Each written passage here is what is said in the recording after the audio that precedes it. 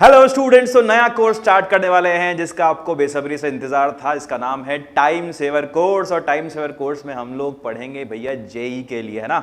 JEE का exam आपको देना है। जेई के लिए आप प्रिपेयर कर रहे हो, जेई के एस्पिरेंट हो, चाहते हो आईआईटी में पहुंचना, सबसे अच्छे आईआईटी में पहुंचाएंगे आपको इस कोर्स के जरिए। आपको एक काम ये करना है कि सिर्फ और सिर्फ खुद से ईमानदार रहना है, ठीक है। कि आपको ये मान लेना है कि भाई मुझे खुद के साथ चीटिंग नहीं करनी है, ठीक है। सर के साथ कर लोगे चलेगा, कोई दिक्कत वाली बात नहीं है, ठीक है। दुनिया में किसी के साथ भी चीटिंग कर लो, ये कोई दिक्कत की बात नहीं, ठीक है। एग्जाम में भी नहीं करनी है, लेकिन खुद के साथ नहीं करनी है आपको चीटिंग। आपको खुद से ईमानदार रहना है। इसका मतलब क्या हुआ खुद से ईमानदार रहने का? खुद से ईमानदार रहने का मतलब यह है कि जैसे कि मान लीजिए मैंने आपसे कहा कि भाई ठीक है, आज हम क्वेश्चन डिस्कस करने वाले हैं और मैं ऐसी आशा कर रहा हूं कि आपने होमवर्क कर लिया होगा या आपने डीपीपी कर लिया होगा, ठीक है। तो उसका मतलब यह है कि मान के चल रहा हूं कि आप खुद से ईमानदार हैं और जो काम आपको मिला था वो काम आपने कर लिया है। ऐसा क्यों? ऐसा इसलिए क्योंकि आप मुझे देख रहे हो ऑनलाइन। अगर ऑफलाइन बैठे होते तो मैं आपके सामने होता, ठीक है, आपको टोक देता, आपको समझा देता, आपको मारपीट करके होमवर्क करा लेता। लेकिन अभी हमारे पास एक बाउंडेशन है कि हम ऑनलाइन में हैं, आप मेरे से दूर हो। मैं सिर्फ इतना कर सकता हूं कि आपको कह सकता हूं कि भैया होमवर्क और डीपीपी और जो क्वेश्चन शीट वगैरह है टाइमली लगाना, सिर्फ इतना कह सकता हूं। मैं आपको पुश नहीं कर सकता हूं यहां से बहुत ज्यादा, ठीक है। पुश मैं आपको अगर करना भी चाहता हूं, आपको मैसेज भी करता हूं, तो भी मुझे ये नहीं श्योरिटी है कि आप करोगे ही करोगे। तो मुझे इतना चाहूंगा बस मैं आपसे कि इस कोर्स में, जब आप कोर्स में एनरोल कर लिया है, आपका टारगेट आपको पता है, आपका एम आपको पता है कि आपको कहां पहुंचना है, तो सिर्फ खुद से ईमानदार रही है और जो होमवर्क और जो आपको प्रॉब्लम्स दिए जाते हैं और वो करते रहिए। दूसरी बात, जो भी डाउट आता है आपको, किसी भी प्रकार का कोई भी डाउट है, ठीक है, फिजिक्स से रिलेटेड हो, चाहे आपकी लाइफ में कोई द्वंद्व चल रहा हो, आपको समझ में नहीं आ रहा है कि मुझे अब क्या करना है, ठीक है, मैं फंसा फंसा फील कर रहा हूं, क्या करूं, आखिर कैसे इसका सोल्यूशन निकालूं, तो दोनों ही स्थिति में आपको मुझसे कांटेक्ट करना है। आपके पास मेरे कांटेक्ट डिटेल्स वगैरह हैं सब, आपका अपना ग्रुप वगैरह में आप एडिड हो, ठीक है, तो वहां पर आप मुझे कांटेक्ट कर सकते हो, मुझसे बात कर सकते हो। डाउट्स ऑब्वियसली हम सॉल्व करेंगे, इसे डाउट आप मुझसे पूछ सकते हो। दूसरी बात, जो अपनी मेंटरशिप की है, मेंटरशिप में आप मुझसे लगातार टच में रहेंगे। जितना आप मुझसे टच में रहेंगे उतना ही आपको फायदा होगा, ठीक है। मैं आपको रिस्पॉन्ड करूंगा। आपकी जो भी परेशानी है आप मुझे लिखकर भेज सकते हैं, आप मुझे बता सकते हैं, ठीक है। आप रिकॉर्ड करके मुझे अपना वॉइस रिकॉर्ड करके भेज सकते हैं, सर मैं ये परेशानी फील कर रहा हूं, सर मुझे इससे बाहर निकालिए, ठीक है। तो मैं जरूर आपसे आपको उस परेशानी से बाहर निकालने की कोशिश करूंगा, आपको समझाऊंगा या आपको बताऊंगा कि आप क्या कर सकते हो। क्यों? क्योंकि बहुत लंबा समय है हमारे पास अभी जिसमें हम प्रिपरेशन करने वाले हैं, और इस समय में आपको बहुत सारे फीलिंग्स के साथ उलझना पड़ेगा या खेलना पड़ेगा, या ऊपर नीचे आपकी फीलिंग्स होंगी, ठीक है। वो होना जायज बात है, ठीक है, होना भी चाहिए। अगर वो नहीं हो रहा है तो उसका मतलब यह है कि आप अपने एम के लिए, अपने टारगेट के लिए ही सीरियस नहीं हो, ठीक है। लेकिन आप अपने टारगेट के लिए सीरियस हैं तो ये सब चीजें होंगी, तो उससे घबराना नहीं है, उससे डरना नहीं है, उसका सोल्यूशन निकालना है। सोल्यूशन निकालने के लिए आपको सिर्फ इतना करना है कि मुझे आपकी प्रॉब्लम्स मुझे पता होनी चाहिए, आपको बतानी है, ठीक है। इतना अगर काम कर लोगे ना, खुद से ईमानदार रहोगे और डाउट समय पर, और आपके मन में जो ये परेशानी है वो मुझसे, मेरे साथ अगर शेयर भी कर लोगे ना, तो भी आपका 90% काम यहां पर हो जाएगा। 10% फिर भी मैंने छोड़ दे रहा हूं, क्योंकि देखो 10% जो है वो तो डिपेंड करता है on the day of the exam के, उस समय आप क्या कैसे परफॉर्म कर रहे हो, ठीक है। ऐसा भी होता है कि कई बच्चे जो कि साल भर बहुत अच्छा परफॉर्म करते हुए आए हैं, लेकिन उतना अच्छा परफॉर्म नहीं कर पाते ऑन दी डे। और ऐसा भी होता है कि जो बच्चे बिल्कुल ही परफॉर्म नहीं कर पा रहे थे, लेकिन उनका सिलेक्शन बढ़िया से बढ़िया कॉलेज के अंदर होता है। तो वो सब चीज अपन 10% को छोड़ के अपन 90% पर ध्यान देंगे कि 90% मेरे हाथ में जितना है मैं उतना कितना कर सकता हूं, ठीक है, और उसको अपन पूरी तरह से करेंगे। उस 90% को अपन 100% करेंगे, ठीक है। तो हम आज की क्लास स्टार्ट करने वाले हैं पहले चैप्टर से। पहला चैप्टर, वैसे आप कहोगे सर यूनिट डायमेंशन क्यों नहीं पढ़ा रहे हो, ठीक है, वेक्टर क्यों नहीं पढ़ा रहे हो, और ये सब ठीक है, ठीक है। तो ये सब चीजें, यूनिट डायमेंशन वगैरह, वेक्टर में आपको मान के चल रहा हूं कि आप वेक्टर आपको थोड़ा बहुत आता है, ठीक है। आई कैप, जे कैप, के कैप और डॉट प्रोडक्ट और क्रॉस प्रोडक्ट से आप बिल्कुल जानते हो ये सब चीजें क्या होती हैं, ठीक है। बाकी अगर जरूरत पड़ती है तो बीच बीच में आपको बताता रहूंगा जैसे जैसे हम पढ़ते रहेंगे। यूनिट डायमेंशन चैप्टर जो है वो हम बाद में लेंगे। क्यों? क्योंकि वो चैप्टर जो है पूरा जब फिजिक्स पढ़ने के बाद अगर किया जाता है तो ज्यादा अच्छे समझ में आता है, ठीक है। तो हम स्टार्ट करने वाले हैं पहली क्लास आज की सरल रेखा में गति से, और सरल रेखा में गति हम शुरू करेंगे। सरल रेखा में गति की अगर हम बात करते हैं गतिकी की आप बात करते हैं हम, तो गतिकी आपको छोटी क्लास में थोड़ा पढ़ाया जाता है, वैसे भी आप लोग ड्रॉप कर रहे हो, जो लोग नहीं भी कर रहे हो 12th क्लास में है, 11th में वो भी पढ़ चुके होंगे गति के बारे में, और 9th क्लास में भी या 10th क्लास के अंदर भी आप इन चीजों को देख चुके हो, गति के बारे में जानते हो, गति पढ़ चुके हो। लेकिन हम लोग जो यहाँ पर पढ़ने वाले हैं वो थोड़ा सा डिफरेंट रहेगा। 9 छोटी क्लास से लेकर वहां बहुत बेसिक चीजें आपको बताई जाती हैं, आपको बता दिया जाता है कि भाई ये दूरी है, ये विस्थापन है, ये सब चीजें हैं, ये फलाना है, ढिमका है, ठीक है, ये सब चीजें आपको बोल दी जाती हैं और आप कर लेते हो, उन सब चीजों मान लेते हो, ठीक है। लेकिन हम थोड़ा सा इसको थोड़ा सा हाई लेवल पे, थोड़ा सा हाई मतलब सदिश रूप देखेंगे और सारी चीजें सदिश के रूप में बात करेंगे, इन सब चीजों के बारे में हम चर्चा करेंगे। वहां पर कहीं पर भी आपको सदिश नहीं लाया जाता है, और मुझे लगता है कि जेईई के स्टूडेंट जो है उनको सदिश के रूप में बहुत ही अच्छे से चीजें करनी चाहिए, आनी चाहिए, उनसे होनी चाहिए, होती भी हैं बच्चों से, ठीक है। तो ज्यादा समय व्यर्थ ना करते हुए, आपका ज्यादा समय लेते हुए ना लेते हुए कोर्स को स्टार्ट करते हैं और शुभ आरंभ करते हैं इस कोर्स का, ठीक है। और हम पढ़ते हैं सरल रेखा में गति। सरल रेखा में गति हम लोग स्टार्ट करने वाले हैं, यहां पे लिख रखा है लेक्चर नंबर 1 है सरल रेखा में गति का, टाइम सेवर आपका कोर्स है, ठीक है। देखो भाई क्या करना है, क्वेश्चन भी करेंगे हम इसके ऊपर। हम पहले समझते हैं सरल रेखा में गति। गति से क्या समझते हो, गति की क्या है, वैसे गति की का मतलब समझो तो गति की क्या है, ठीक है। गतिकी का वर्ड, जो आपका वर्ड है गतिकी, इसका मतलब क्या है, गतिकी का मतलब क्या है, आपको क्या समझ में आता है गतिकी से? तो गतिकी भाई एक ऐसा अध्ययन है गति का जिसके अंदर आप गति के कारकों को जाने बिना उसका अध्ययन करते हो, ठीक है। मतलब गति का अध्ययन जिसमें गति के कारकों को आप बिल्कुल भी वैल्यू नहीं दे रहे, आपने छोड़ दिया, गति कारक होते होंगे, ठीक है। हमें उससे मतलब गति के कारक क्या हो गए, बल गति के कारक है ना, घूर्णन बल गति के कारक है, इनके बारे में हम बाद में चर्चा करेंगे। तो उनके कारकों को जाने बिना अगर हम गति का अध्ययन कर रहे हैं तो उसको हम कहां पढ़ते हैं, उसको हम पढ़ते हैं गतिकी, ठीक है। अब मैंने आपसे बोला कि कारकों का अध्ययन हम नहीं करेंगे, लेकिन मैंने आपसे एक चीज और बोली, एक वर्ड और यूज किया, गति, ठीक है। गति क्या है, गति का अध्ययन करना है ना, तो गति का अध्ययन के अंदर पता तो होना चाहिए गति है क्या यार, गति क्या चीज है। तो गति की परिभाषा क्या होती होगी, आपको क्या लगता है गति की परिभाषा क्या होती होगी, गति की परिभाषा क्या होती होगी, आपको क्या लगता है? अच्छा मैं बताता हूं गति की परिभाषा आपको, कि किसी प्रेक्षक के सापेक्ष यदि कोई कण अपनी स्थिति परिवर्तन कर रहा हो किसी समय अंतराल में, तो हम कहते हैं कि वो गतिशील है, ठीक है। क्या समझ में आया? किसी प्रेक्षक के सापेक्ष यदि कोई कण अपनी स्थिति परिवर्तित कर रहा हो किसी समय अंतराल में, तो हम कहेंगे क्या, वो गतिशील है, अन्यथा वो स्थिर अवस्था में है, ठीक है। परिभाषा अपने आप लिखना चाहें तो लिख सकते हैं, वैसे परिभाषा लिखने की कोई आवश्यकता आपको गति की है नहीं, कोई आपको परिभाषा नहीं पूछने वाला है यहाँ पे ना। अच्छा, इसके अंदर 3 वर्ड यहां पर मैंने यूज किए हैं। क्या क्या यूज किया भाई मैंने? 3 वर्ड यहां पे यूज किए जो कि मेन मोटे मोटे आपको दिखने चाहिए, बोल्ड लेटर्स में आपको लिखोगे तो बोल्ड लेटर्स में आपको दिखने चाहिए थे वहां पे। पहला यूज किया है प्रेक्षक, भैया प्रेक्षक। दूसरा यूज किया है गतिशील अवस्था,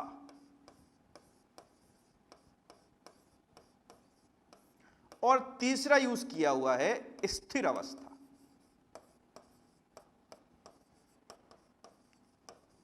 कोई दिक्कत इसके अंदर? ये 3 वर्ड आपको यहां देखने को मिले परिभाषा में। ये क्या क्या है भाई, इसका मतलब क्या हुआ, प्रेक्षक का मतलब क्या हुआ, स्थिर अवस्था क्या है, गतिशील अवस्था क्या है, ये क्या बात हुई? आप तो कुछ भी बोल देते हो, ये नहीं कि बिल्कुल आसान आपको बता दिया जाए। भैया आसानी तो है। प्रेक्षक क्या है भाई, प्रेक्षक क्या है, प्रेक्षक क्या है? प्रेक्षक को समझो, प्रेक्षक जरूरी क्यों है? प्रेक्षक मतलब ऑब्जर्वर, अगर इंग्लिश में कहें तो ऑब्जर्वर। तो प्रेक्षक जरूरी क्यों है? ठीक है, मान लीजिए एक एग्जाम्पल लीजिए कि आप ट्रेन में बैठे हैं, आप 3 मित्र हैं, ठीक है, कोटा में तैयारी करने आप आ रहे हो, यहां पर कोटा आप तैयारी करने पहुंचे हो, आपको आपके साथ आपका एक मित्र और आ रहा है, और एक मित्र है जो कि आपको छोड़ने आया है, वो कुछ दिन बाद आ जाएगा हमारे पास, ठीक है, उसके अगले हफ्ते ट्रेन है। अब वो आपके पास पहुंचा, आपको छोड़ने आया है कोटा में, ट्रेन में आप अंदर बैठे हुए हो, दोनों सीट पर बैठे हुए हो, खिड़की के पास वाली, और 2 आपका दोस्त है वो बाहर बैठा हुआ, ठीक है, बाहर खड़ा हुआ है, आपसे बातें कर रहा है। इतने में ट्रेन चलने लगती है, तो आपको फील होता है कि मेरा दोस्त पीछे छूट रहा है मुझसे, ठीक है, आपको ऐसा फील होता है, आपको ऐसा प्रतीत होता है कि मेरा दोस्त पीछे छूट रहा है मुझसे। और अगर मैं आपसे पूछूं, क्या बताइए, कि आपका दोस्त जो सच वहां पर खड़ा हुआ था, क्या वो सच में चलने लगा?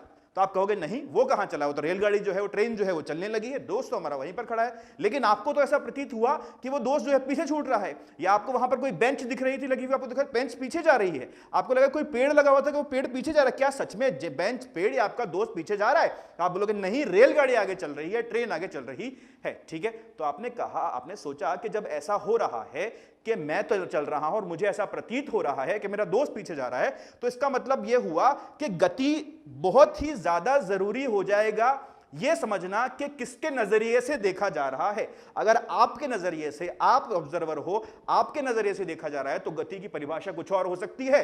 कोई चीज आपके लिए अगर रुकी हुई हो तो हो सकता है किसी और के लिए चल रही हो, और कोई चीज अगर आपके लिए चल रही हो तो हो सकता है कि रुकी हुई है।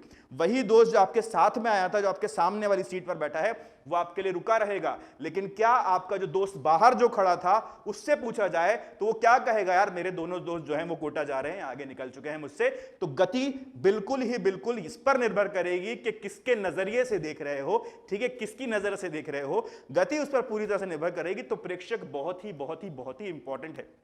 अच्छी बात है। अच्छा भाई देखो, अब गति के लिए हम ये नहीं बोल सकते यार कि हम हर जगह जाकर हर गति को देखें, हर गति को पढ़ें, है ना। एक बहुत ही लल्लू से एग्जांपल में आपको लगेगा, हम नहीं जा सकते कहीं पर भी, तो हम क्या करें भाई, हम क्या करें। हम कहते हैं कि प्रेक्षक के लिए या प्रेक्षक को परिभाषित करने के लिए या प्रेक्षक को दिखाने के लिए हम क्या करते हैं, हम बना लेते हैं एक निर्देश तंत्र। क्या बना लेते हैं? एक निर्देश तंत्र हम बना लेते हैं। सबसे बढ़िया या सबसे आसान जो निर्देश तंत्र हमारे पास है वो है हमारा XYZ वाला निर्देश तंत्र। ठीक है, कौन सा निर्देश तंत्र है? XYZ वाला निर्देश तंत्र। क्या होता है बाबू इसके अंदर? ये देखोगे आपके यहां पर x एक्सिस है, ये y एक्सिस है और ये z एक्सिस है, ये z एक्सिस है। ये तीन एक्सिस आपने बनाया। z एक्सिस जो मैं यहां बना रहा हूं इसका मतलब ये है कि ये बाहर की तरफ निकल रहा है, आप जानते हो इस चीज को, बहुत ही बच्चों वाली बात है। अगर कमरे की मैं बात करता हूं तो इस कमरे में ये x एक्सिस ले लूं, अगर इसको y एक्सिस अगर ले लूं तो ये ऊपर जो बाहर ऊपर वाली जो लाइन है ये z एक्सिस हो जाएगी। ठीक है, ये z एक्सिस हो जाएगी, कोई दिक्कत वाली बात यहां पर नहीं आनी चाहिए आपको। तो निर्देश तंत्र हमने क्यों लिया? निर्देश तंत्र हमने इसलिए लिया ताकि हम किसी कण के बारे में चर्चा कर सकें कि उसकी गति जो है वो किस प्रकार से हो रही है, गति हो रही है, नहीं हो रही है तो कैसे हो रही है, इसके बारे में हम चर्चा कर सकें, इसलिए हमें निर्देश तंत्र की जरूरत पड़ी। अच्छा, एक बात और, निर्देश तंत्र क्या XYZ से निर्देश तंत्र कंप्लीट हो जाना चाहिए, पूरा हो जाना चाहिए निर्देश तंत्र? बिल्कुल भी नहीं होना चाहिए। क्यों? क्योंकि निर्देश तंत्र तब तक पूरा नहीं होता, तब तक कंप्लीट नहीं होता जब तक कि इसके अंदर घड़ी ना लगी हो। घड़ी मतलब समय मापने का कोई यंत्र ना लगा हो। तो यहां पर एक घड़ी लगा दी जाए भैया, स्माइल करती हुई, ठीक है, स्माइल करती हुई आप यहां पर घड़ी लगा दोगे एक, तो आपको पता चल जाएगा कि कितने समय में कौन जा रहा है, कौन निकल रहा है, कोई आ रहा है, ये सब चीजें आपको पता चल जाएगी। अब जब भी गति को पढ़ना होगा हमें, तब हम निर्देश तंत्र में रख के पढ़ेंगे उसको, और समय देख लेंगे कि कितने समय में क्या घटना घट रही है, उसके अनुसार हम कई चीज़ों को परिभाषित करेंगे और आगे सीखते चलेंगे चीज़ों को। ठीक है, निर्देश तंत्र आपको समझ में आया होगा। दो चीज़ें और यहाँ बचती हैं, जिसमें पहला है आपके पास गतिशील अवस्था और स्थिर अवस्था। ठीक है, रेस्ट और मोशन इसको हम इंग्लिश में कहते हैं। इसका मतलब क्या है, इसका मीनिंग क्या है, इसको हम समझते हैं। तो मैंने निर्देश तंत्र आपको बताया, अभी निर्देश तंत्र क्या होता है। तो मान लो कोई क्या कह सकते हैं कि हमारे पास एक कण है, ठीक है, निर्देश तंत्र बना लिया आपने, बड़ा सा बना लेते हैं यहां पर थोड़ा सा। ये एक आपके पास निर्देश तंत्र है, x और y में अभी बना लेता हूं फिलहाल, z बनाने की मुझे आवश्यकता नहीं है क्योंकि मुझे यहीं पर मेरा काम हो जाने वाला है। ठीक है, तो यहीं पर काम हो जाने वाला है, तो इसी को बना के देख लेते हैं, इसी के अंदर काम कर लेते हैं।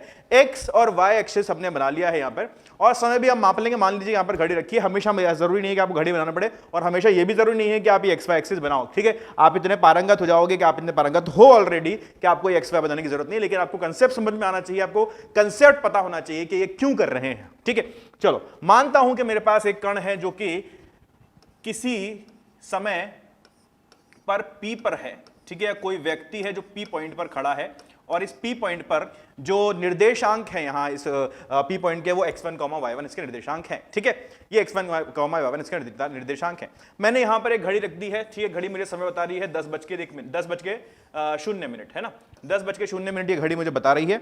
मैं 10:05 पर फिर से देखता हूँ, 10:05 पे मुझे जो व्यक्ति है ये P पॉइंट पर ही खड़ा हुआ नजर आता है, ये कहीं नहीं गया है। तो मैं क्या कह सकता हूं कि इस निर्देश तंत्र के सापेक्ष यदि इस व्यक्ति का जो स्थिति है वो नहीं बदल रही है, वो नहीं परिवर्तित हो रही है, तो मैं क्या कहूंगा, ये जो व्यक्ति है या जो कण है ये स्थिर अवस्था में है। तो क्या समझ लिया हमने यहां पर, स्थिर अवस्था। यदि समय अंतराल में किसी निर्देश तंत्र के सापेक्ष किसी व्यक्ति की, किसी कण की, किसी वस्तु की स्थिति नहीं बदल रही है तो हम उसको स्थिर अवस्था में कहेंगे। और वहीं इसके विपरीत मान लेते हैं कि कुछ समय बाद कुछ समय बाद मान लीजिए 5 मिनट के अंदर या 2 मिनट के अंदर या 10 मिनट के अंदर या 1 मिनट के अंदर ये Q पर आ गया है और Q के जो निर्देशांक हैं वो x2, y2 हैं, ठीक है। तो हम कह सकते हैं कि P से Q पर पहुंच गया है कुछ समय अंतराल में जो P से Q पर पहुंचा है। तो इस निर्देश तंत्र के सापेक्ष यहां पर इस निर्देश तंत्र में इस व्यक्ति की, इस कण की जो गति है वो इसके व्यक्ति की जो स्थिति है वो बदल रही है, यानी कि ये गतिशील अवस्था में है। तो हमने क्या सीखा कि समय अंतराल में किसी निर्देश तंत्र के सापेक्ष यदि किसी की स्थिति बदल रही हो तो वो गतिशील अवस्था में होता है, और अगर स्थिति नहीं बदल रही हो तो वो कौन सी स्थिति में होता है, वो स्थिर अवस्था में होता है। एक यहां पर वर्ड हमने शुरू किया है या स्टार्ट किया है, यूज किया है, जिसका नाम है स्थिति। क्या नाम है? स्थिति। एक वर्ड हमने यहां पे इस्तेमाल किया, स्थिति। ये स्थिति क्या है भाई साहब? स्थिति क्या होती है? स्थिति का मतलब क्या होता है? तो निर्देश तंत्र जब आप बनाते हो तो बिल्कुल सिंपल सी भाषा में हम लोग समझेंगे, सिंपल सी मीनिंग इसका समझ लेते हैं हम, सिंपल सी परिभाषा है इसकी कि यदि आपने निर्देश तंत्र यहां पर बनाया है, ठीक है, और इस निर्देश तंत्र में ये x और ये y, तो अगर ये कण जो है किसी पॉइंट P पर है, x1, y1 इसके बिंदु, इसके निर्देशांक हैं, ठीक है, तो मैं कहूंगा कि इसकी स्थिति जो है वो x1, y1 है, ठीक है। एक चीज और आपने सुननी होगी जिसका नाम होता है स्थिति सदिश। स्थिति सदिश, ठीक है, या फिर अंग्रेजी में इसको हम कहते हैं पोजीशन वेक्टर। क्या कहते हैं इसको आप? Position vector. क्या मतलब होता है पोजीशन वेक्टर का बाबा? ए भैया, पोजीशन वेक्टर का मतलब क्या है? तो इस स्थिति को दर्शाने वाला एक सदिश जो होगा उसको हम स्थिति सदिश कहेंगे। सिंपल, बहुत सिंपल सी परिभाषा है, कोई दिक्कत की बात इसके अंदर नहीं है कि कोई कण जिस स्थिति में है किसी समय पर उसको दर्शाने वाला जो सदिश होगा उसको आप स्थिति सदिश कह दोगे, उससे कोई परेशानी आपको नहीं होनी चाहिए, ठीक है। आगे ना बोलो भैया, सही जब बोलते रहो बात करते रहो, मुझसे मन के अंदर बातें करते रहो, हाँ बिल्कुल सही बोल रहे हो सर, ठीक है, हाँ ना हाँ ना हाँ ना हाँ ना बोलते रहोगे तो हाँ हाँ हाँ हाँ हाँ हाँ हाँ हाँ होता रहेगा, ठीक है। जीवन ऐसे ही चलता है, हाँ ना करते रहो, हुंकार भरते रहो, पढ़ते रहो, देखते रहो मेरे साथ और मुझसे वार्तालाप करते रहोगे तो बढ़िया समझ में आता रहेगा। तो x1, y1 यहां पे मैंने दर्शाया है और मैं मूल बिंदु से इसको जोड़कर आपको दिखा रहा हूं। तो मूल बिंदु से जोड़ने के बाद यहां पर जो स्थिति आई है इसको मैं कहूंगा कि स्थिति सदिश है और इसको मैं r1 सदिश से दिखा दूंगा। क्या मूल बिंदु के निर्देशांक आप जानते हो? मूल बिंदु के जो निर्देशांक होते हैं वो 0,0 होते हैं। क्या होते हैं? 0,0 होते हैं। तो यदि मुझे x1, y1 का क्या स्थिति, क्या मुझे सदिश बताना है कि ये क्या सदिश होगा, तो आप बोल पाओगे x1 - 0 i cap plus y1 - 0 j cap के बराबर होगा। इस चीज को हमको लिखना वेक्टर के अंदर, सदिश के अंदर सीखते हैं, ठीक है। तो आप क्या कहोगे? r1 वेक्टर जो होगा वो कितना होगा? r1 वेक्टर जो होगा वो आपका x1 i cap plus x2 j cap के बराबर होगा, ठीक है।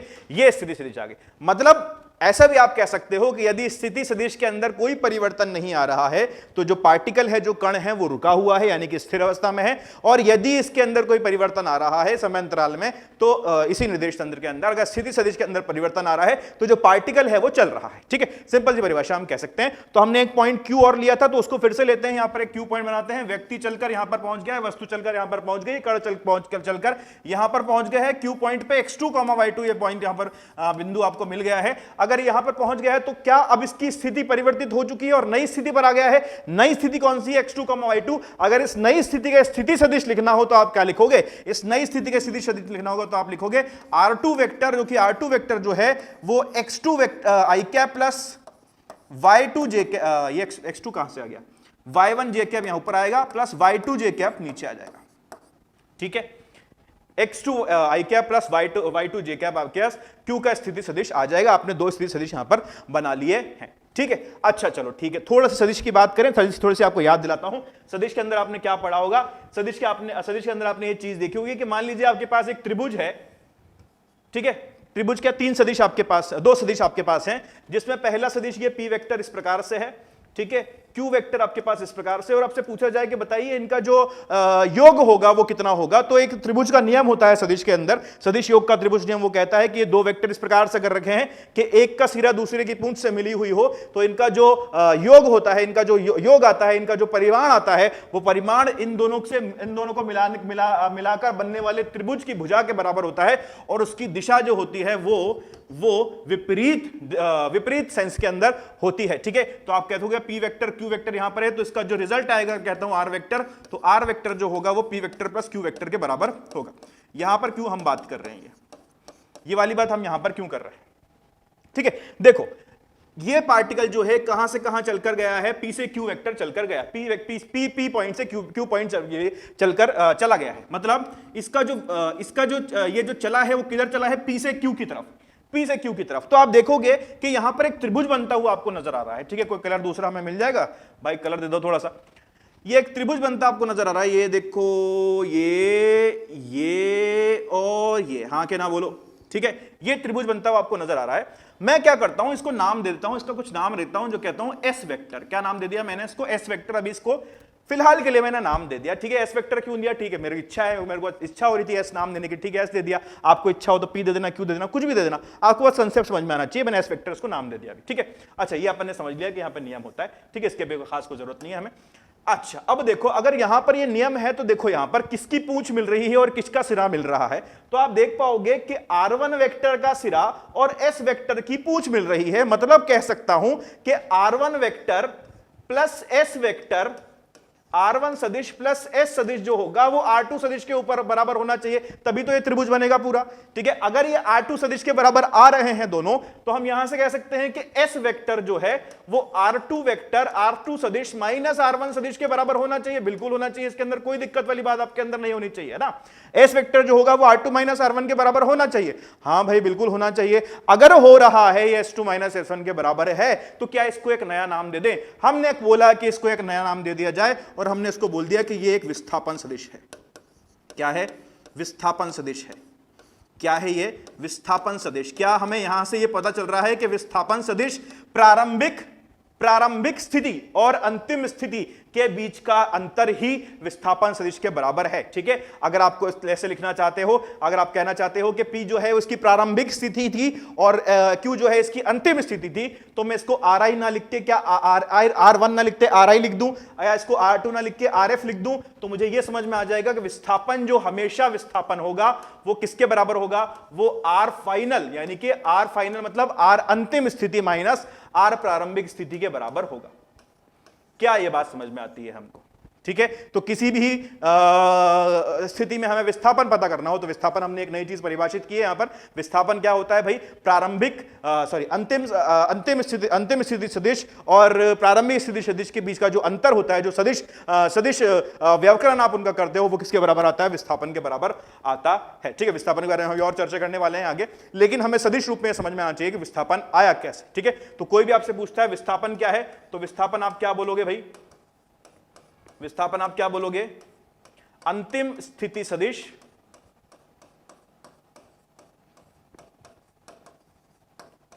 माइनस प्रारंभिक स्थिति सदिश। कोई दिक्कत इसके अंदर होनी नहीं चाहिए आपको भाई, हाँ ना बोलो।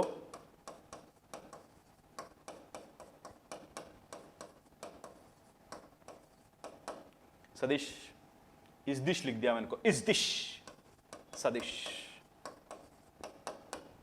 ठीक है। इस प्रकार से हम पता कर सकते हैं, ठीक है। अच्छा, ये तो बात हुई सदिश की। यदि हमें बात करनी हो इसके परिमाण की और इसकी दिशा की, तो देखो सीधी सी बात है कि विस्थापन जो है एक सदिश राशि है, स्थिति भी एक सदिश राशि है, इसलिए सदिश हमने बोला, विस्थापन भी एक सदिश राशि है, ठीक है।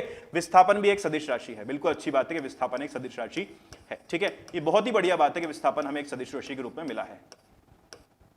भूलेंगे नहीं हम इसको कि विस्थापन एक सदिश राशि है, ठीक है। अगर आप लिखना चाहते हो कि इसकी विमाएं इसकी जो मात्रक होंगे वो कितने होंगे, उसको भी आप लिख सकते हो।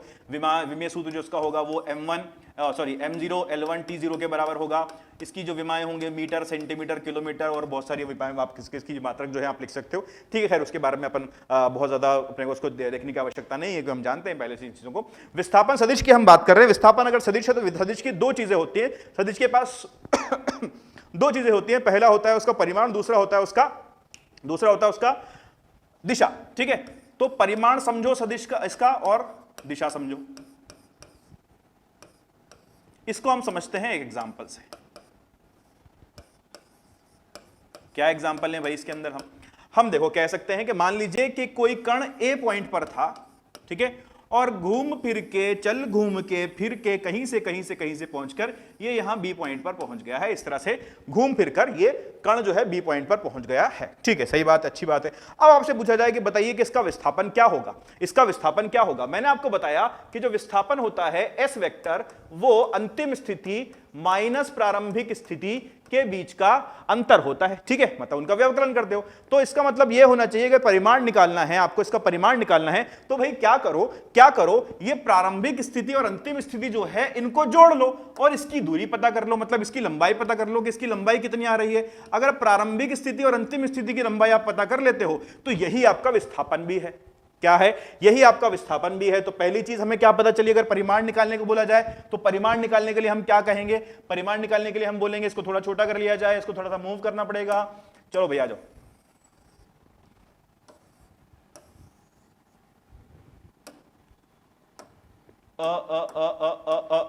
परिमाण के लिए हम क्या बोलेंगे? परिमाण के लिए हम क्या बोलेंगे? जो इसकी फाइनल पोजीशन है और जो इसकी इनिशियल पोजीशन है, इन दोनों का आप माइनस कर दो, यानी कि अंतिम स्थिति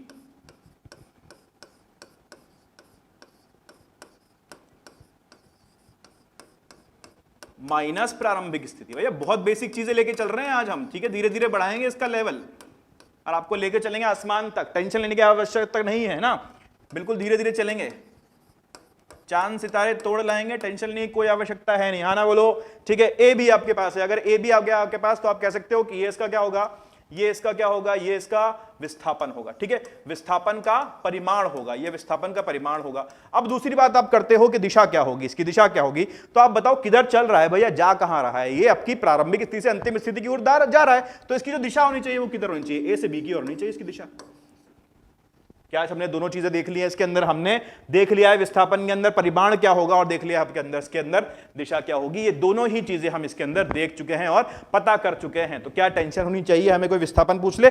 फॉर एग्जांपल मान लीजिए हमारे पास जब कोई पूछता है कि कोई व्यक्ति है जो इस प्रकार चलना चाहता है, वो इस प्रकार चलना चाहता है कि वो यहां से चलना शुरू हुआ है, ठीक है, ऐसे चला है सीधे चल रहा है, बिल्कुल सरल रेखा में गति कर रहा है। इसी को हम सरल रेखा में गति करते हैं, जब एक रेखा में गति होती रहती है। ठीक है, ऐसे चल रहा है और ये जो चल रहा है मान लेते हैं ये नंबर लाइन के ऊपर चल रहा है, कोई बच्चा है जो कि खेल रहा है और नंबर लाइन के ऊपर ये चल रहा है।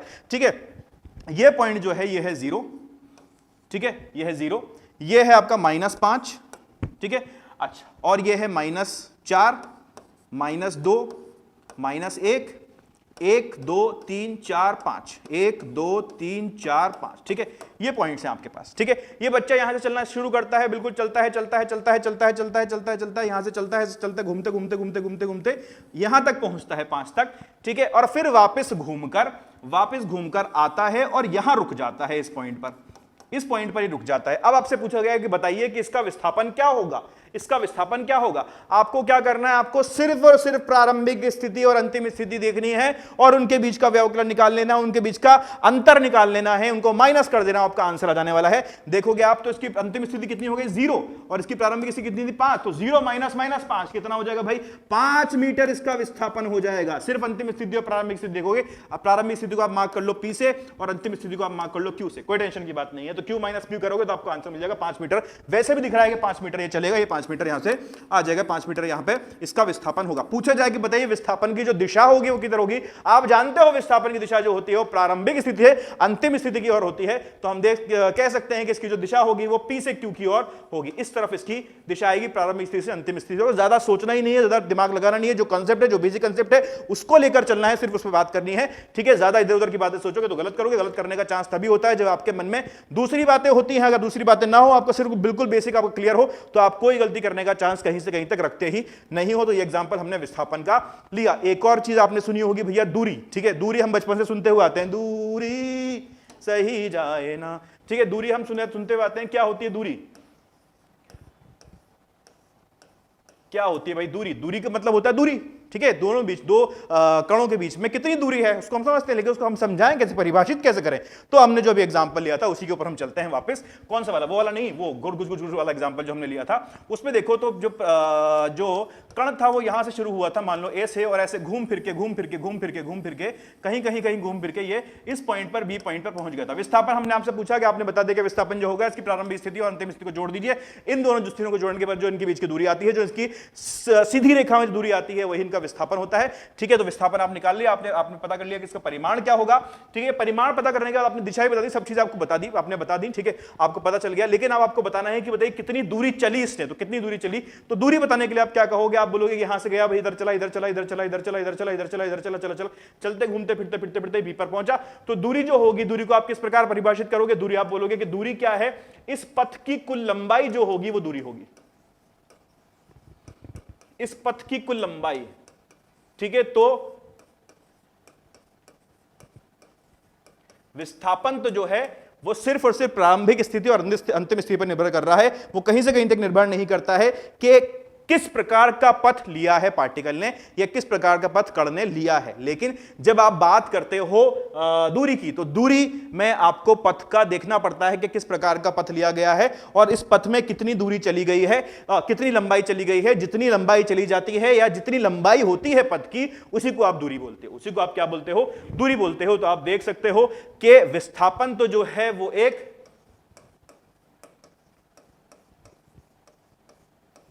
विस्थापन तो है वो एक सीधी रेखा से आप निकाल पा रहे हो, मतलब प्रारंभिक बिंदु और अंतिम बिंदु को अगर आप जोड़ दो तो आपको विस्थापन पता चल जाएगा। ठीक है, और दूरी जो है, ये दूरी निकालने के लिए आपको पथ की लंबाई लेनी पड़ेगी। पथ किस प्रकार, किसी भी प्रकार का हो सकता है। ठीक है, कोई वक्र हो सकता है, सीधी रेखा हो सकती है, किसी प्रकार का घुमा फिरा के कोई पथ हो सकता है, किसी प्रकार का हो सकता है। ठीक है, वृत्तीय हो सकता है, परवलिक होता है, अति परवलिक हो सकता है, किसी प्रकार का पथ हो सकता है, लेकिन विस्थापन हमेशा ही सरल रेखीय होगा। विस्थापन आपको हमेशा ही सरल रेखा के रूप में मिल जाएगा। ठीक है, तो दूरी क्या लिख सकते हैं हम, पथ की लंबाई, पथ कैसा भी हो सकता है इसके अंदर, है ना, उसकी टेंशन लेने की अपन को जरूरत नहीं है। पथ की लंबाई, इसकी टेंशन अपन को लेने की जरूरत नहीं। विस्थापन क्या होगा सीधी रेखा में, और दूरी क्या होगी, पथ की लंबाई, आप इसको लोगे। ठीक है, अच्छा इसके अंदर, अच्छा जो आपने एग्जांपल लिया था उसी पर वापस चलते हैं एक बार। पूछा जाए कि बताइए यहाँ पे दूरी कितनी चली, इस पर किस जगह पर दूरी कितनी चली थी, तो आप क्या बोलोगे दूरी के लिए, देखो देख लो पथ की लंबाई कितनी है, और तो कुछ ज्यादा सोचने की आवश्यकता है नहीं इसके अंदर।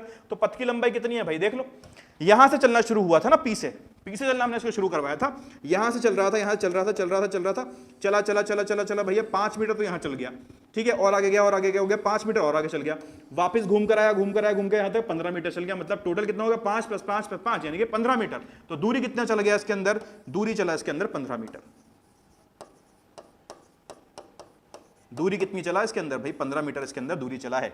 कोई टेंशन की बात इसके अंदर है आपको, हाँ ना बोलो भाई, जल्दी से बताओ, क्या कोई कुछ इसके अंदर कोई दिक्कत हो सकती है, होनी भी नहीं चाहिए ना। 15 मीटर की इसके अंदर जो है दूरी आ गई है आपके पास, यानी कि आपको पथ की लंबाई पता चली। अच्छा ये बताओ, विस्थापन ज्यादा आया, दूरी ज्यादा आई, यहां पर विस्थापन ज्यादा आया है कि दूरी ज्यादा आई है, तो आप कहोगे बिल्कुल यहां पर जो है विस्थापन का मान जो है वो कम है और दूरी का मान जो है वो कम ज्यादा है। क्या हमेशा ऐसा होगा, क्या हमेशा दूरी का मान ज्यादा होगा और विस्थापन का मान कम होगा, क्या हमेशा ऐसा होना चाहिए? तो समझो इस बात को, दूरी जो है वो पथ की लंबाई है, पथ की लंबाई है। पथ छोटा है, छोटा क्या हो सकता है, जैसे कि मान लीजिए आपके पास एग्जांपल के तौर पर हम देखें कि आपके पास 2 पॉइंट है। ठीक है, आगे ले लें इसको, आपके पास 2 पॉइंट है, ए और बी, ए और बी। ठीक है, अब कोई भैया मनचला लड़का है, वो जाना चाहता है, मनचला लड़का जाएगा, तो मनचला लड़का कैसे जाएगा, मनचला लड़का इस प्रकार जाएगा, ठीक है।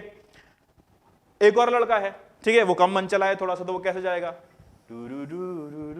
ऐसे पहुंच जाएगा। ठीक है, एक और लड़का है भैया, वो सीधा साधा बिल्कुल पढ़ाई से ध्यान रखने वाला, अपने आप पे, ये इसका घर है, इसकी कोचिंग है, ठीक है, सीधा सीधा से घर से निकलता है, कोचिंग की तरफ पहुंच जाता है। ठीक है, तो वो कैसे जाएगा भाई, वो सीधा सीधा चला जाएगा। 3 पथ लिए, ठीक है, 3 पथ लिए, 3 लड़कों ने 3 पथ लिए, सबसे ज्यादा दूरी किसने चली, पहले वाले ने, उससे कम दूसरे वाले ने, तीसरे उससे कम तीसरे वाले ने, साफ साफ दिख रहा है, हमें समझ में आ रहा है। ठीक है, अच्छा जो तीसरा वाला था उसका विस्थापन कितना हुआ, ए और बी के बीच की दूरी, मतलब ए और बी के बीच की लंबाई। अच्छा, और तीसरा वाला था उसकी दूरी कितनी, उसने दूरी कितनी चली, तो जितनी लंबाई और बी के बीच में उतनी ही चली, मतलब उसका विस्थापन लंबाई बराबर आ गया। यानी कि तीसरे वाले के लिए, थर्ड वाले के लिए विस्थापन और दूरी बराबर। अच्छा भाई, दूसरे वाले के लिए विस्थापन ज्यादा, दूरी ज्यादा, हम कहेंगे कि इसकी जो दूरी है वो ज्यादा है, यानी कि विस्थापन कम, दूरी ज्यादा। तीसरे वाले के, तीसरे वाले की सोचने की जरूरत, सॉरी पहले वाले की तो सोचने की जरूरत ही नहीं है, इसका विस्थापन तो ज्यादा ही होगा, इसका विस्थापन तो दूरी से ज्यादा ही है, अरे कम है, सोचने की जरूरत नहीं है। मतलब हमारे पास कोई भी केस बन रहा है उसके अंदर हम देख पा रहे हैं कि विस्थापन जो है वो दूरी से कम आ रहा है और एक केस में बराबर भी आ रहा है। यानी कि हम कह पाएंगे कि हमेशा हमेशा हमेशा सदैव ऐसा होगा कि विस्थापन जो होगा वो या तो दूरी से छोटा होगा या बराबर हो सकता है। ठीक है, तो एक पॉइंट हमारे पास यहां पे नोट करने लायक आया है, नोट दिस पॉइंट के विस्थापन दूरी से छोटा होगा, बराबर हो सकता है लेकिन छोटा होगा। विस्थापन दूरी से हमेशा, ठीक है, इस प्रकार से संबंधित होंगे, है ना। अच्छा, विस्थापन क्या है? सदिश राशि है। दूरी क्या है? दूरी आपके पास अदिश राशि है, तो बच्चों वाली चीज है, इसको भी आप थोड़ा सा लिख लो यहां पर। दूरी एक अदिश राशि है, ठीक है, इसकी कोई दिशा नहीं होती है दूरी की, दूरी एक अदिश राशि है, ठीक है। यूनिट की बात करें, इसकी यूनिट क्या होगी? कहां गए तुम? यूनिट क्या होगी इसकी? मीटर, किलोमीटर, सेंटीमीटर, ठीक है। लाइट ईयर, लाइट ईयर भी डिस्टेंस, ये दूरी की यूनिट होती है। दूरी को हम इंग्लिश में क्या कहते हैं? डिस्टेंस। विस्थापन को हम इंग्लिश में क्या कहते हैं? डिस्प्लेसमेंट। इंग्लिश नाम भी बता देता हूं मैं आपको साथ साथ, ताकि आपको दिक्कत ना आए, ठीक है। इसका भी मैं सूत्र देखोगे तो कितना आएगा? m0 L1 T0, ठीक है। कोई दिक्कत वाली बात इसके अंदर नहीं होनी चाहिए, है ना। ये दूरी वूरी की बात हमने करी है, तुम इधर क्यों आ जाते हो यार, ठीक है। ये दूरी वूरी की बात हमने करी है। अच्छा चलो अब आगे लेकर चलते हैं कहानी को। दूरी और विस्थापन हमने समझ लिया, है ना। अब ये तो भाई बात हुई कि कितनी दूरी चल रहा है, क्या चल रहा है, क्या हो रहा है, लेकिन हमने ना अपने निर्देश तंत्र के अंदर एक और चीज रखी थी जो कि मुस्कुरा रही थी साइड में बैठी बैठी, जिसका नाम था घड़ी, ठीक है। अब घड़ी ने कहा बेटा तुम चल लो, ठीक है, लेकिन कैसे बताओगे कि कितनी जल्दी पहुंच रहे हो या कितनी देर में पहुंच रहे हो, कहां पर कितना समय आपको लग रहा है, उसके लिए तो मुझे घड़ी की आवश्यकता पड़ेगी, ठीक है। तो हमने कहा चलो घड़ी बताओ कितना समय लगा, तो घड़ी ने बताया कि भाई इतनी दूरी चलने में इतना समय लगा और इतना विस्थापन करने में इतना समय लगा। तो दूरी, घड़ी ने हमें दो चीजें बताई, भैया दूरी में इतना समय लग रहा है, विस्थापन में इतना समय लग रहा है। तो हमने कहा चलो ठीक है घड़ी, हम एक काम करते हैं, हम आपको दो चीजें देते हैं, आप दोनों चीजों के हिसाब से आप मुझे बताइए क्या क्या है। पहले को हमने परिभाषित किया है चाल या फिर स्पीड, ठीक है, एक अदिश राशि होती है। और दूसरा हमने परिभाषित किया है वेग, क्या कह सकते हैं इसको? वेलोसिटी इंग्लिश में, ठीक है। और ये एक सदिश राशि है। कैसे परिभाषित किया हमने? परिभाषित करने के लिए घड़ी ने हमसे पूछा कि भाई ठीक है आपने तो बता दिया, लेकिन आप किस प्रकार की चाल बात कर रहे हो, किस प्रकार की वेग की बात कर रहे हो? तो हमने कहा चलिए घड़ी आप हमें बताइए कि औसत चाल क्या होगी। इसको हमने दो बार भाग में बांटा, पहला औसत चाल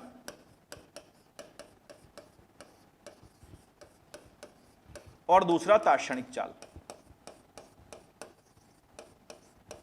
ठीक है। घड़ी ने हमसे पूछा कि बताइए कितने समय अंतराल में बताऊं भाई, 5 मिनट बताऊं, 10 मिनट बताऊं, 1 सेकंड बताऊं, 1 सेकंड में बताऊं, ठीक है। तो उसने पूछा तो हमने बता कि ठीक है, अगर आप बहुत कम समय के लिए बताने वाले हैं, कि बहुत कम समय अंतराल के लिए अगर आप मुझे बता रही हो कि क्या चाल होगी, तो आप उसको तात्क्षणिक चाल बोल देना, ठीक है। और अगर थोड़े से ज्यादा समय के लिए आप बता रहे हो तो आप उसको औसत चाल बोल देना, ठीक है। उसने कहा चलिए ठीक है, हम आपको एक फॉर्मूला दे देते हैं इसके लिए। तो औसत चाल के लिए उन्होंने फॉर्मूला बताया कि आपके पास फॉर्मूला जो होगा वो होगा कुल दूरी बटे कुल समय। बहुत इंपॉर्टेंट फॉर्मूला, याद रखेंगे आप इसको। जब मैं कहता हूं बहुत इंपॉर्टेंट मतलब बहुत इंपॉर्टेंट है, ठीक है। ये नहीं सोचना कि अरे बच्चों वाला फॉर्मूला है।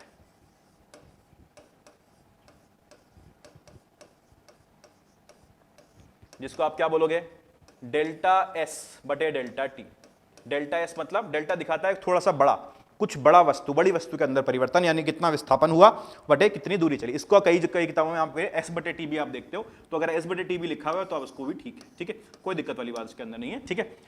एस बटे टी भी आप इसको लिख सकते हो। चलो तात्क्षणिक की बात करें, तात्क्षणिक चाल का उन्होंने बोला कि इसका भी आपको फॉर्मूला देते हैं, ये है आपके पास दूरी बटे समय। अच्छा ये क्या है? कुल ऊपर लगा दिया, यहां से नीचे हटा दिया, ये क्या बात हुई? हाँ तो ये छोटे समय के लिए है ना भाई, बहुत छोटे समय अंतराल के लिए बात है। इसको हम कैसे दिखाएंगे? इसको हम दिखाएंगे डीएस बटे डीटी। डीएस बटे डीटी कैसे दिखाएंगे हम इसको? डीएस बटे डीटी मतलब समय के सापेक्ष दूरी में क्या परिवर्तन आ रहा है, इसको आप क्या बोलोगे? इसको आप बोलोगे चाल, ठीक है। यहां तक तो बात हो गई चाल की। अच्छा अब वेग के लिए पूछा, बताइए वेग, बताइए वेग कितना होगा? तो वेग के लिए बोलती है घड़ी कि वेग निकालने के लिए आप क्या करें, वेग निकालने के लिए आप एक काम करें, यहां पर आपने विस्थापन लिया था ऊपर वाले फॉर्मूले के अंदर, वहां पर आप क्या कर दें, वहां पर आप कर दें जहां पर आपने दूरी ली थी ऊपर वाले फॉर्मूले में, नीचे आप उसको विस्थापन कर दें। तो सदिश में भी हमने इसको वेग में भी हमने दो प्रकार से देखा, औसत वेग और तात्क्षणिक वेग।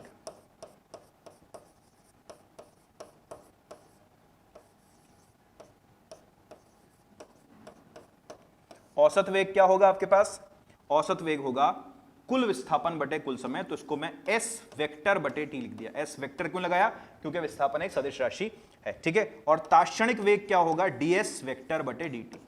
क्या यहां से देखकर एक चीज ये बोल सकते हो, क्या यहां से देखकर एक चीज ये बोल सकते हो कि s वेक्टर का जो परिमाण होगा वो s के बराबर होना चाहिए, ठीक है। यानी के दूरी का, यानी कि विस्थापन का, सॉरी विस्थापन का जो परिमाण होना चाहिए वो दूरी के बराबर होना चाहिए, ठीक है। इस चीज को थोड़ा सा याद रख लेंगे। तो हमारे पास दो चीजें मिल गई, क्या, औसत चाल, तात्क्षणिक चाल, औसत वेग और तात्क्षणिक वेग, ठीक है। अच्छा ठीक है, तो इन्होंने कहा कि ये बात हो रही है, तो ये सब चीजें हमें समझ में आ गई, है ना। ये सब चीजें हमारे पास हो गई, तो हमने कहा चलो ठीक है, घड़ी एक एग्जाम्पल हम करके देख लेते हैं।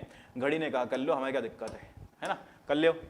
हमने बोला कि भाई एग्जाम्पल ले लीजिए। एग्जाम्पल क्या कह रहा है कि आपके पास मान लीजिए इस प्रकार से एक अर्धवृत्तीय पथ है, ठीक है। इस अर्धवृत्तीय पथ को चलने में इसके जो त्रिज्या है वो ले लेते हैं, कितना, 2 मीटर की इसकी त्रिज्या है, 2 मीटर की त्रिज्या है, ठीक है। कोई कण अगर v वेग से चल रहा है इसके अंदर, मान लो v वेग से चल रहा है, तो उसको इस अर्ध वृत्तीय पथ में चलने के लिए जो समय लगता है वो है t बराबर 1 सेकंड।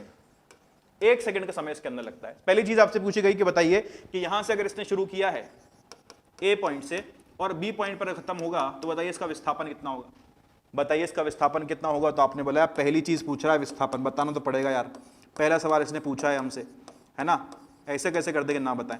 तो विस्थापन क्या होगा, विस्थापन हम जानते हो कि प्रारंभिक दूरी और अंतिम दूरी के बीच की का डिस्टेंस, ठीक है, का डिस्टेंस कह रहा हूं, लंबाई, ठीक है। डिस्टेंस दूरी होती है, इसी बार डिस्टेंस वर्ड आएगा मुंह में तो आप समझ लेना। यानी कि कितना हो गया, 2 मीटर और 2 मीटर कितना हो गया, 4 मीटर ले आओ। हाय, दूसरा पूछा बताओ दूरी कितनी होगी, दूरी सही जाए ना, कैसे होगा भाई, दूरी कैसे निकालोगे, दूरी होता है जो इसने कुल पथ लिया, मतलब इसने तो अर्धवृत्तीय पथ लिया, तो इस अर्धवृत्तीय पथ की लंबाई पता कर सकते हो क्या यार। आप जानते हो कि जो पूरा वृत्त होता है उसका 2 पाई आर उसका परिधि होती है, तो ये आधा पथ है, आधा वृत्त है, इसके आधे वृत्त की परिधि निकाल लो तो कितना हो जाएगा, pi into R, pi into 2 यानी कि 2 पाई। मीटर में आएगा, ये भी मीटर में आएगा, खत्म बात। तीसरी जो उसने पूछी कि लो भाई अगर आप कह ही रहे हो, कर ही रहे हो, तो तीसरी चीज पता कर लो कि इसका औसत वेग क्या होगा, औसत वेग क्या होगा। हाँ, औसत वेग पूछ रहे हैं आप हमसे, औसत वेग क्या होगा। तो हमने कहा भाई औसत वेग जो इसका होगा वो होता है कुल विस्थापन बटे कुल समय। कुल विस्थापन हो रहा है 4 और समय लग रहा है 1, यानी कि 4 मीटर प्रति सेकंड। अच्छा, वेग का मात्रक भी हमारे पास यहां पर आया, क्या, मीटर प्रति सेकंड।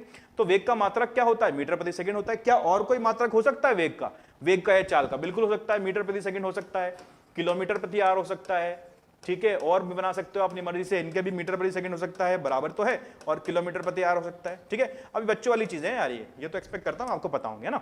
4 मीटर प्रति सेकंड इसका औसत वेग हो गया, ठीक है भाई। अच्छा देखो, चौथी चीज पूछा कि बताओ औसत चाल क्या होगी, औसत चाल। तो आपने बोला कि औसत चाल जो होगी वो कुल दूरी बटे कुल समय होगी।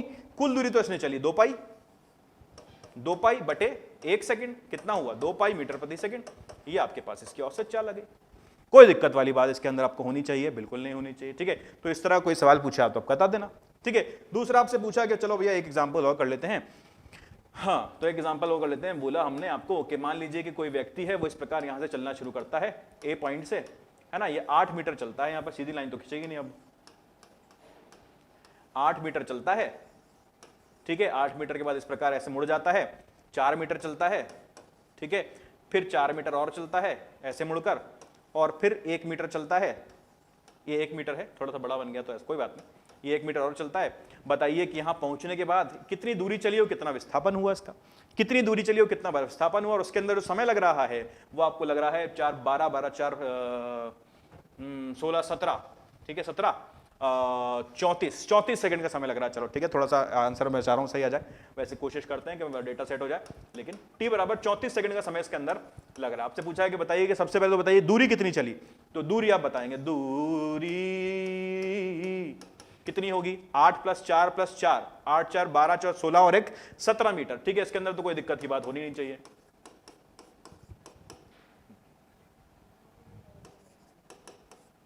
17 मीटर। ठीक है, पूछा विस्थापन कितना होगा। विस्थापन से पहले चलो पूछा कि बताओ औसत चाल क्या होगी, तो आपने औसत चाल बता दी भाई। औसत चाल कितनी होगी भाई, कितना चला है 17 मीटर चला है। ठीक है, कितने समय में चला है 34 सेकंड में चला है, तो कितनी आ जाएगी 0.5 मीटर प्रति सेकंड, इसकी औसत चाल आ जाएगी। कोई दिक्कत वाली बात हमें यहां से तक नहीं। पूछा विस्थापन कितना होगा। विस्थापन के लिए आप क्या करते हो, आपको चाहिए विस्थापन के लिए प्रारंभिक बिंदु और अंतिम बिंदु के बीच की दूरी। ठीक है, तो प्रारंभिक बिंदु कौन सा है और अंतिम बिंदु कौन सा है। प्रारंभिक बिंदु है ए और अंतिम बिंदु है बी, तो इनके बीच की दूरी जो होगी वही आपको पता चलेगी, है ना, वही इनके बीच का विस्थापन होगा। तो ये दूरी चाहिए आपको, ए और बी के बीच की दूरी। कैसे निकालोगे, कैसे निकालोगे, कैसे निकालोगे भाई, देखो भाई, देखो भाई, देखो भाई, देखो भाई, देखो, इसको जोड़ो।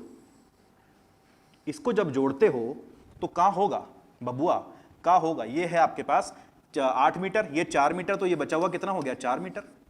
ठीक है, अच्छा ये आपके पास है 4 मीटर, ये 1 मीटर, तो बचा हुआ कितना हो गया 3 मीटर। तो ये वाला ट्राइंगल देखो, ये और ये ट्राइंगल देखो, ये इस ट्राइंगल में 4 है, 3 है, 90 डिग्री, ये कितना हो जाएगा भाई 5 मीटर। 5 मीटर इसका विस्थापन हो जाएगा। तो आपको विस्थापन अगर पूछा जाए तो आप क्या बोलोगे कि इसका जो विस्थापन होगा वो 5 मीटर के बराबर होगा। और अगर आपसे पूछा जाए कि बताइए इसकी औसत वेग कितना होगा, तो आप औसत वेग के लिए बोलोगे कि औसत वेग जो होगा वो 5/34 सेकंड के बराबर होगा, मीटर प्रति सेकंड के बराबर होगा। या आप निकाल लेंगे, कोई मुश्किल बात है इसके अंदर। ठीक है, अच्छा भाई घड़ी को अभी भी ये बात समझ में नहीं आई, मतलब घड़ी को ये बात पसंद नहीं आई। ठीक है, उन्होंने कहा कि हम एक और चीज परिभाषित करेंगे, तो उन्होंने कहा चलो हम कर दो। हमने कहा हम काहे डरते हैं भैया, करो परिभाषित करो, घड़ी तुम बहुत चालाक हो, बहुत परेशान करती हो। ठीक है, तो उन्होंने एक चीज और परिभाषित करी, तो उन्होंने बोला कि चलिए ठीक है, आप तो ये मान रहे हैं कि आपने यहां पर वेग सब ले लिया यहां पर। अच्छा मैं कहूं कि जो कण है वो अपनी वेग या अपनी चाल को समय के साथ बदल रहा है। कैसे बदल रहा है, मतलब मान लीजिए पहले मैं चल रहा था, अपने यहां से मुझे चलना स्टार्ट किया, ऐसे ऐसे थोड़े धीरे धीरे चल रहा था। ठीक है, फिर मुझे लगा कि नहीं मुझे भागना चाहिए, तो मैंने क्या किया, अपनी स्पीड बढ़ाई, मतलब यानी कि अपने वेग, अपने चाल को बढ़ाया। तो मैंने क्या कर रहा हूं, मैं समय के साथ अपने वेग को अब परिवर्तित कर रहा हूं।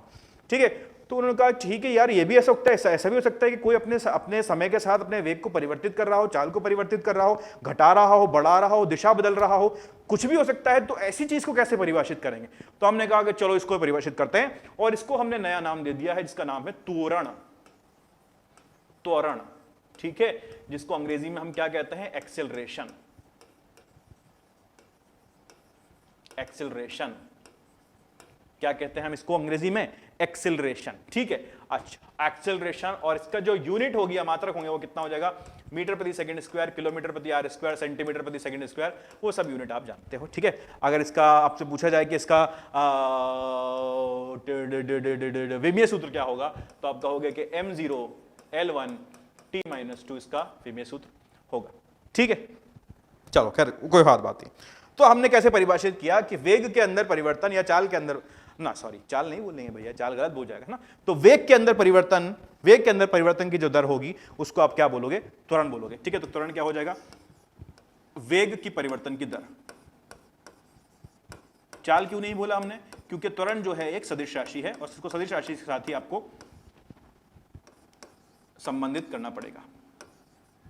ठीक है, तो ए से हम इसको दिखाएंगे। ए जो होता है, अच्छा ए भी आप ऐसे नहीं बता सकते, ये भी अपने दो प्रकार से परिभाषित किया, पहला औसत त्वरण और दूसरा ताक्षणिक त्वरण।